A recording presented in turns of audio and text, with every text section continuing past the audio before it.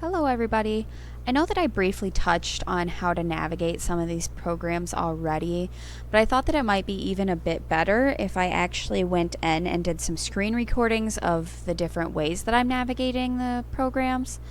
So I specifically wanted to focus on Webex just because it's the program that I have the most experience with. So one really great thing is that in Webex, I can actually request to unmute some of my participants. So, say that John Doe here was actually our client sitting in front of their webcam. It was very clear that they were talking, but we weren't able to hear them, and we tried explaining to them how to find this icon, but they were really struggling. So we can actually request to unmute them by clicking this button here. And when I click the button, it would come up with a large pop-up on their screen that just asked them if they wanted to stay muted or if they would like to unmute themselves. It can be super helpful when we're really struggling to get the concept across about how to find the unmute button. Another thing that can be helpful to know is just that right down here in the corner is where our chat box is at.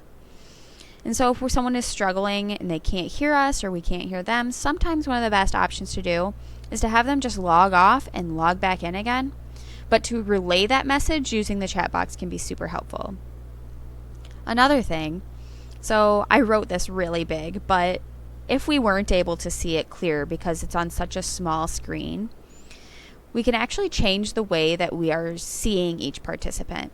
So right now I'm in the grid view, which means that every single person is taking up their own little square within my view here. So if I clicked on focus, so this is my client who's sitting at the table doing their work. And so I want to see their actual work. So I want to see their cell phone that they're using as a dock cam right now. So I'm going to go up to this little lock button here. And I'm going to go ahead and I'm going to click on John Doe 1. So now I'll be able to see as they're writing real time what they're writing. So this will help us to make sure that our clients aren't hitting those ceilings when we're not able to see them. Another thing that can be helpful is if I had something on my screen that I wanted to share, but I didn't want to have to explain to them how to go to this layout and figure all that out, I can go to the focus view and then I can, instead of locking John Doe, I can click up here and click for everyone. So this will make it to where all participants will have the majority of their screen be me in the main position here. Another thing that I wanted to demonstrate for you guys is how I share my audio in my screen. And so in Webex, you're not actually able to share your computer's audio without also sharing your screen. The first time that you try to share content, Webex defaults to optimizing it for text and images, which can be great if you're doing just, a presentation and you're talking to your client with your mic. Everything would be fine. But if you want to share, say, a YouTube video or any type of audio at all, you actually have to switch from optimizing it for text to optimizing it for motion and video. And then make sure that this box here is checked. So this will make it to where any audio that's playing from my computer will be sent directly to the speakers or the headset that my participant is wearing.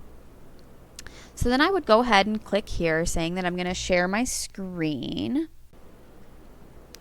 And so now if I click in here, I've got all of these different audio files ready to go. And so I can just play these audio files. They'll go right into my client's headset. And then I know that they're hearing as clear as possible rather than playing it through like a CD player and into my mic.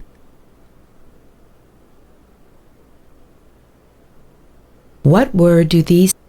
Perfect. And then to stop sharing, I can just simply click this. And it'll go back to just my standard view. And I can go back to my grid view. And everything's all set. I hope you guys found this little video particularly helpful.